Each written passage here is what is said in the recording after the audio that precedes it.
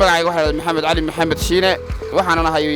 injineer wasaaradda Hawlaha Guud dhulka iyo Guryeynta ah waxaan wadnaa shaqadeynta amba master planka waxa loo yaqaan aan ka wadno degmada Ceerigaabo aan soo galnaa shaqada 6 subaxnimo waxaan garawaxnaa 5 galabnimo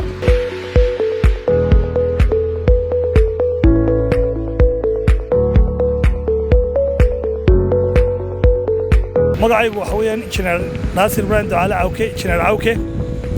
waxaan wadnaa master plankii magaalada Ceerigaabo waxaan ahay injineer ka tirsan Wasarada Hawlaha Guud ee ka shaqeynaya shaqadeynta magaalada Ceerigaabo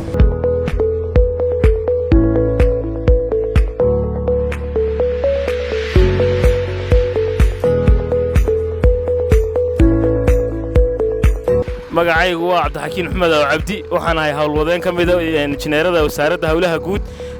Wasaaradda Hawlaha Guud waxay qabatay 4 master plan waxaan ahay engineer ka qayb galay 4 master plan ba kan waa kii afraad hawshan si fiican bay noogu socotaa alxamdulillah